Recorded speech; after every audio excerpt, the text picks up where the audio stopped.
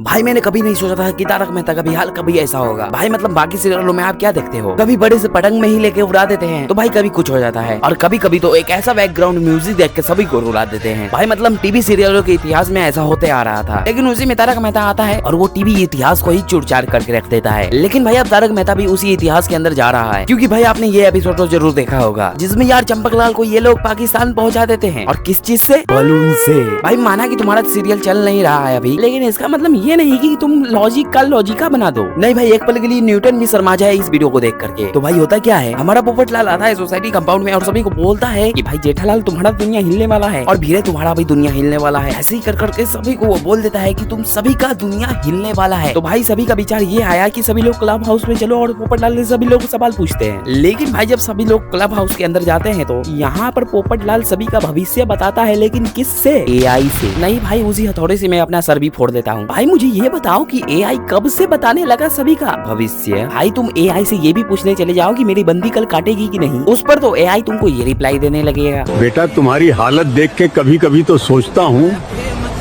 किन भड़वों को दिला दी।